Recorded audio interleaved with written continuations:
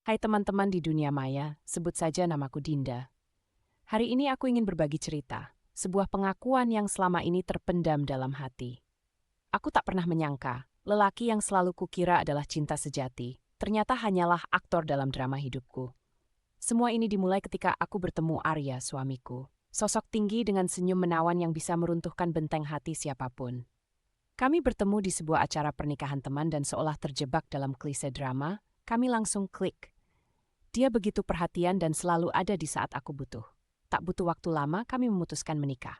Tahun pertama pernikahan kami penuh kebahagiaan. Arya adalah suami yang ideal. Namun, seiring berjalannya waktu, aku mulai merasakan gelagat yang aneh. Arya sering pulang larut malam atau pergi mendadak dengan alasan pekerjaan. Awalnya aku tidak terlalu memikirkannya, hingga suatu hari dia lupa membawa ponselnya ke kantor. Tergelitik rasa ingin tahu, aku membuka ponselnya. Betapa terkejutnya aku ketika menemukan pesan dari seorang wanita yang mengaku sebagai istrinya juga. Aku membacanya berulang kali, berharap mataku yang salah membaca. Tapi tidak, di layar itu tertera jelas bahwa Arya menikah lagi dan wanita itu menuntut haknya yang selama ini ditelantarkan. Hatiku hancur berkeping-keping. Rasanya seperti dunia berhenti berputar.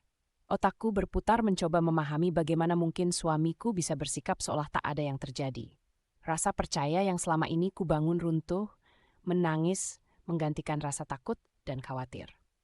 Setelah melalui berbagai pertimbangan, aku memutuskan menemui wanita itu. Sebut saja dia Rina. Pertemuan kami cukup tegang, tapi juga penuh air mata. Rina pun merasa tertipu dan tidak tahu bahwa Arya sudah memiliki istri sebelumnya. Ternyata Arya menikahinya 2 tahun lalu, hanya berselang 6 bulan setelah kami menikah. Ia bahkan sudah punya anak 1.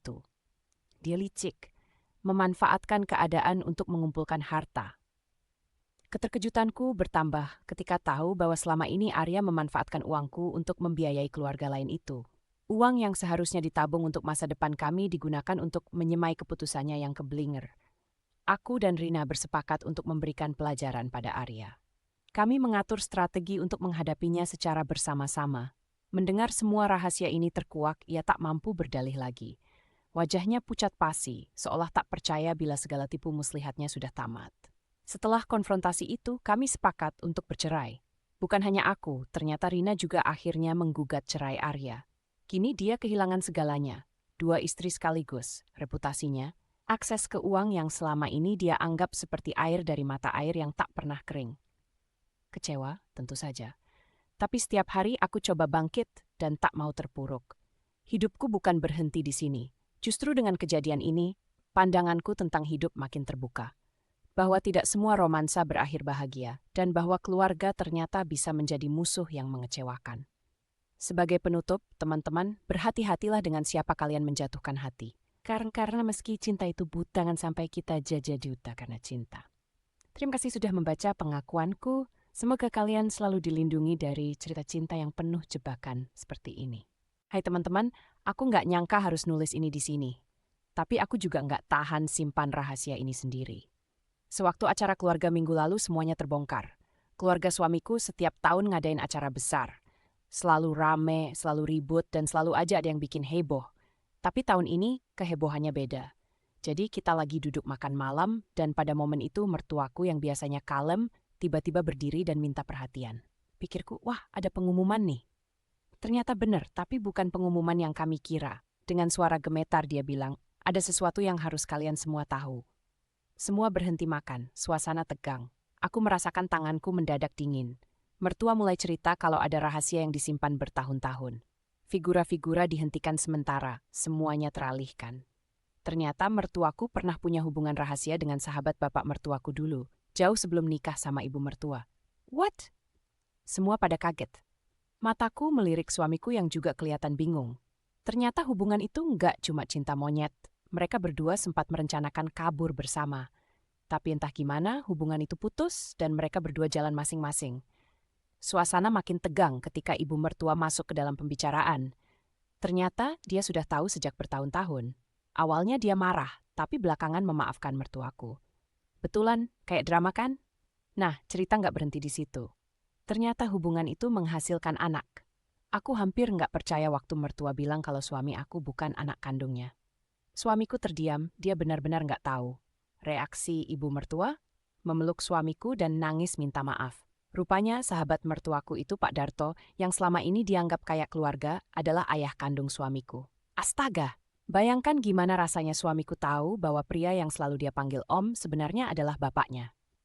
Kelanjutan dari pengakuan itu penuh air mata. Semua pada bicara bersamaan, semuanya penuh emosi. Ada yang sok menyabarkan, ada yang justru tambah panik ingin tahu lebih detail tentang hubungan kisah cinta mertuaku dulu. Yang lebih mengejutkan lagi, alasan mertua buka suara ini karena belakangan sering diserang rasa bersalah, apalagi sejak Pak Darto jatuh sakit. Dia cuma ingin suamiku tahu kebenaran sebelum semuanya terlambat. Mertua takut sewaktu-waktu kalau sesuatu terjadi, suamiku nggak akan pernah tahu identitas ayah kandungnya. Suasana malam itu benar-benar chaos. Semua pembicaraan terjadi bersamaan. Ada yang histeris, ada yang sibuk telepon-telepon keluarga lain, berita menyebar seperti api di padang rumput. Sumpah kayak film, lihat semuanya kebawa emosi.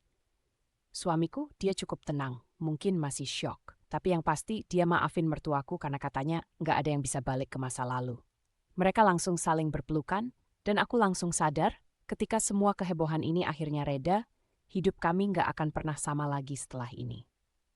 Esok harinya, kami sekeluarga berkumpul lagi, termasuk Pak Darto yang datang.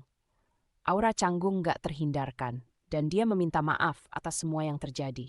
Nggak nyangka kan, biasanya keluarga ngadain acara buat happy-happy. Ini justru bikin geger. Akhirnya rahasia ini bikin kita lebih dekat.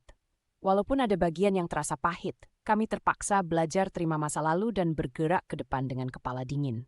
Kalau ada yang bilang drama cuma ada di sinetron, tuh buktinya, kadang-kadang realita lebih gila dari fiksi. Jadi begitu, teman-teman, kisahnya. Aku sendiri, walau nggak nyangka ada di tengah cerita kayak begini, cuma berharap keluarga kami bisa lebih kuat dan saling mendukung satu sama lain. Thanks udah mau dengerin ceritaku. Hai semuanya, kali ini aku mau curhat. Sebuah rahasia yang selama ini aku sembunyikan tentang mertuaku. Percaya deh, kisah ini lebih dramatis dari sinetron manapun. Nama-nama udah diubah demi privasi. Awal mula semuanya biasa saja. Aku menikah dengan suamiku, Andi, sudah 5 tahun. Selama itu, aku menyangka keluarganya baik-baik saja. Apalagi mertuaku Budini begitu perhatian dan penuh kasih. Tapi di balik sikap manisnya, ada rahasia besar yang dia sembunyikan, yang akhirnya terkuak. Ceritanya dimulai pada satu malam yang dingin saat aku sedang membereskan ruang tamu bekas acara ulang tahun anak pertamaku. Aku nggak sengaja menemukan sebuah surat yang diselipkan di antara buku-buku di rak. Surat itu nggak ada nama pengirim, tapi begitu aku baca, jantungku langsung berdegup kencang. Isi surat itu mengungkapkan hubungan terlarang antara mertuaku dan seorang lelaki muda yang ternyata adalah mantan pacar adik iparku, Lina. Bayangkan betapa kagetnya aku. Mereka sudah menjalin hubungan selama 2 tahun terakhir, tepat ketika aku dan Andi baru menikah. Rasa kaget dan marah bercampur aduk. Aku sempat berpikir untuk langsung bilang ke Andi, tapi aku tahan. Aku nggak ingin gegabah dan menghancurkan hubungan keluarga kami. Jadi, aku memutuskan untuk mengawasi dulu dan mencari tahu lebih lanjut.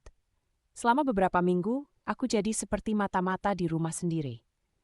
Diam-diam aku mencocokkan jadwal Budini dan lelaki itu. Ternyata mereka seringkali membuat janji di hari aku sibuk di kantor. Bahkan saat Andi dipanggil keluar kota untuk urusan pekerjaan, mereka pergi berlibur tanpa ada rasa bersalah. Parahnya, semua ini sedang dibiayai dari tabungan Andi yang dirampok perlahan oleh ibunya. Aku nggak tahan lagi. Satu malam aku langsung berhadapan dengan mertuaku. Aku nggak bisa pura-pura nggak tahu lagi. Rasanya ingin menumpahkan semua amarahku, tapi yang keluar dari mulutku hanya pertanyaan dingin. Bu, apa ini semua benar? Kataku sambil menunjukkan surat yang kutemukan dulu. Awalnya, Budini menyangkal. Tapi setelah kulihat matanya yang mulai berkaca-kaca, dia tahu permainannya selesai. Dia mengaku bahwa hubungannya dengan lelaki itu dimulai sejak ayah Andi meninggal. Dia merasa kesepian, dan lelaki itu menawarkan perhatian yang selama ini dia rindukan. Akhirnya, aku memberanikan diri untuk bicara serius dengan Andi. Lucunya, Andi ternyata sudah curiga, apalagi setelah uang di rekeningnya semakin sedikit tanpa alasan jelas. Dia memutuskan untuk diam selama ini demi menjaga keharmonisan keluarga, sama seperti aku. Setelah pembicaraan panjang, kami memutuskan untuk membuat pertemuan keluarga. Tidak ada yang boleh tahu sebelumnya. Semua datang dengan alasan akan diadakan makan malam keluarga biasa. Saat itu, aku dan Andi mengungkapkan semua yang terjadi. Reaksi keluarga benar-benar di luar dugaan. Adik iparku menangis histeris, termasuk suaminya yang langsung ingin mengakhiri hidup pernikahan mereka. Di sisi lain, ayah dari lelaki itu mengekspresikan rasa malu yang luar biasa. Kini keluarga kami remuk. Tapi dari reruntuhan ini aku belajar satu hal. Bahwa terkadang kejujuran walau terasa pahit adalah jalan terbaik. Aku berharap di masa depan kami semua bisa memulai dari awal dengan hati yang lebih tulus. Ini pengakuanku.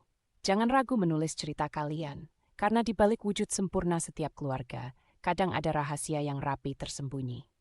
Ceritaku dimulai pada sebuah sore yang seharusnya menjadi hari biasa dalam hidupku, namun ternyata menjadi momen yang paling mengubah hidupku. Semua terjadi di acara kumpul keluarga, acara tahunan yang diadakan oleh mertuaku. Aku sudah menikah dengan suamiku, Andi, selama 5 tahun. Selama ini, hubungan kami baik-baik saja dan tidak ada yang mencurigakan. Namun, semua itu berubah hanya dalam satu malam. Acara keluarga itu digelar di rumah megah mertua di pinggiran Jakarta. Semua keluarga hadir. Maka ketika acara mencapai puncaknya dan obrolan santai berubah menjadi sesi karaoke, aku merasa perlu ke kamar kecil untuk menyegarkan diri. Di tengah perjalanan ke toilet, aku mendengar percakapan yang membuatku berhenti langkah. Suara dari dalam kamar terdengar cukup jelas. Itu suara ibu mertuaku, bisa ku kenali dengan mudah, tetapi satu suara lain membuatku terkejut. Suara itu adalah suara kakak iparku, Rina. Awalnya, aku ragu mendengar lebih jauh, namun rasa penasaran mengalahkan nuraniku. Kalau Vira, aku tahu soal pinjaman ini bisa runyam kita semua, ujar Rina dengan suara berbisik tapi jelas penuh tekanan. Seketika jantungku berdetak lebih cepat. Pinjaman apa yang mereka bicarakan? Aku tahu bahwa keluarga suamiku memiliki bisnis sukses, tapi kenapa ada yang perlu dirahasiakan dariku? Sudahlah Rina, selama kita terus bayar bunganya, tidak ada yang perlu dikhawatirkan. Jawab ibu mertua dengan nada mencoba menenangkan. Aku kembali ke ruang tamu dengan gemuruh di dada. Andi terlihat asik menyanyi dengan sepupunya, seolah tak ada hal serius yang baru saja aku dengar. Aku merasa harus bicara padanya tetapi tidak di sini. Aku tersenyum pura-pura dan teruskan mengikuti acara sampai selesai. Begitu kami pulang, di mobil, aku langsung mengungkapkan segalanya pada Andi. Awalnya, Andi mencoba mengelak dan berkata mungkin aku hanya salah dengar. Tapi setelah aku desak lebih lanjut, akhirnya ia mengaku. Ternyata bisnis keluarga mereka tidak semulus permukaannya. Ada pinjaman besar yang diambil diam-diam oleh ibu mertua untuk menyelamatkan bisnis yang hampir bangkrut. Mereka terjebak dalam bunga pinjaman yang luar biasa besar, dan satu-satunya jalan untuk tetap bertahan adalah dengan memastikan aku tidak tahu, karena sebenarnya aku adalah penjamin pada salah satu dokumen hutang tersebut. Perasaan dikhianati langsung menyapu seluruh diriku. Kenapa bisa begini? Kenapa tidak ada yang cerita padaku dari awal? Tanyaku dengan suara bergetar. Andi beralasan bahwa mereka tidak ingin aku khawatir dan berharap bisa menyelesaikan semuanya tanpa harus melibatkanku. Tapi buatku, ini bukan sekadar soal kekhawatiran. Aku bisa merasakan ini adalah tentang kepercayaan yang telah terpatahkan. Setelah malam itu, aku tidak bisa menutupi segala kekesalan dan kekecewaan pada suami dan keluarganya. Aku merasa terlontar dalam situasi yang tidak pernah kubayangkan. Mertuaku, suami, semuanya berlaku di belakangku, menutupi hal yang sangat besar. Aku ingin melakukan sesuatu. Aku ingin mereka tahu bahwa menyembunyikan sesuatu sebesar ini dariku tidak bisa dimaafkan begitu saja. Dalam ketenangan malam selanjutnya, aku membuat keputusan yang mengguncang.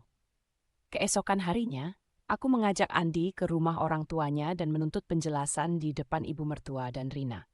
Awalnya mereka mencoba mengelak, tapi setelah mendengar Andi mengkonfirmasi semua yang kutahu, mereka tidak bisa berbuat apa-apa selain mengakui semuanya di hadapanku. Malam itu, aku meninggalkan rumah mertuaku dengan perasaan lega, tetapi juga bersedih. Aku meminta waktu sendiri dengan Andi untuk mempertimbangkan masa depan kami. Apa arti dari sebuah pernikahan jika tidak ada lagi kepercayaan? Di minggu-minggu berikutnya, drama ini menjadi topik hangat di keluarga. Pihak keluarga besar mengguncang mertua dan kakak ipar demi keadilan. Bahkan ada yang mendukung langkahku menuntut agar mereka terbuka dan bertanggung jawab atas kebohongan selama ini. Saat ini, aku dan Andi sedang mencoba mencari jalan lewat konseling pernikahan. Aku ingin percaya lagi bahwa cinta bisa mengatasi ini semua. Tetapi rasa sakit belum sepenuhnya pergi. Bagiku, ini adalah pembelajaran bahwa keterbukaan, dan rasa saling percaya adalah pondasi penting dalam hubungan apapun itu. Meski jalan ceritaku belum selesai, aku ingin berharap yang terbaik. Nah, itulah curhatanku. Terkadang rahasia yang tertutup rapat bisa terbuka sewaktu-waktu, memberikan pelajaran hidup yang tak terduga. Sampai jumpa di kesempatan lain. Halo Sobat. Sebelum saya mulai, perlu kalian tahu, kisah ini adalah fakta yang saya alami sendiri. Bukan rekayasa atau sekadar cerita untuk viral semata. Semoga kalian bisa merasa resah, gelisah, dan terlibat emosional seperti saya dan kampung tempat saya tinggal, Kampung Ngabangkit. Semua bermula dari Pak Wira, seorang yang dikenal warga sebagai yang paling religius dan baik budi. Dari kecil, kami sudah diajari jangan macam-macam sama beliau. Tapi siapa sangka, ternyata Pak Wira yang kami hormati selama ini diam-diam terlibat dalam bisnis perjudian ilegal. Ya, ini bukan hanya soal kartu dan dadu, ini sudah menyangkut taruhan besar yang bisa mengubah hidup orang dalam semalam. Semua terungkap ketika Pak Wira terlibat pertengkaran sengit dengan Pak Darmo, sesama anggota warga kampung, di warung pojok. Awalnya sebatas adu mulut kecil, sampai akhirnya Pak Darmo mengeluarkan kata-kata yang bikin semua terkejut, kalau nggak bisa bayar utang judi di belakang rumahmu, jangan sok alim mendidik kami. Seisi warung langsung terdiam sejenak. Dari situ, desas-desus mulai menyebar. Ibu-ibu arisan mendadak punya topik baru yang lebih panas dari rumor tentang harga minyak goreng yang melonjak. Ternyata, bisnis judi itu sudah menjalar. Bahkan Ibu Sari yang kita kira biasa-biasa saja, ternyata ikut nimbrung tiap weekend. Keributan makin besar saat Bu Sari, yang dianggap saudara angkat karena bantu-bantu di acara kampung, ternyata juga punya utang besar. Suaminya, Pak Arif, tak tahu menahu soal ini. Malam itu mereka bertengkar hebat. Bu Sari sampai angkat barang dari rumah dan kabur ke rumah orang tuanya di kampung sebelah. Warga kampung makin gempar ketika salah satu klien judi, Bang Jo, yang katanya mantan preman pensiun, datang menagih utang Pak Wira dengan nada ancaman. Saya nggak mau tahu, dalam waktu seminggu, uang itu harus kembali, kalau nggak nyawa yang jadi taruhan. Kontan ucapan ini bikin warga ketar-ketir. Namun, yang membuat puncak kemarahan warga adalah ketika diketahui bahwa uang hasil tarikan kas RT yang dikumpulkan untuk pembangunan mushola ternyata juga dibawa kabur oleh Pak Wira. Semua harapan dan niat baik berubah jadi bencana. Sekarang, Pak Wira dan istrinya beserta 2 anaknya entah di mana. Belum ada berita mereka pulang sejak heboh itu. Banyak warga merasa dikhianati dan menaruh dendam. Kampung kami kini dikenal sebagai kampung judi karena masalah ini, dan efek domino yang mengerikan masih dirasakan. Sampai kami muak mendengar kata judi. Betapa kadang orang terdekat yang kita kira baik ternyata menyimpan sisi kelam yang merugikan banyak orang. Ingin rasanya kami melupakan kesedihan ini, tapi tak mampu. Warga kini bergotong royong mencari jalan untuk membenahi nama baik kampung kami.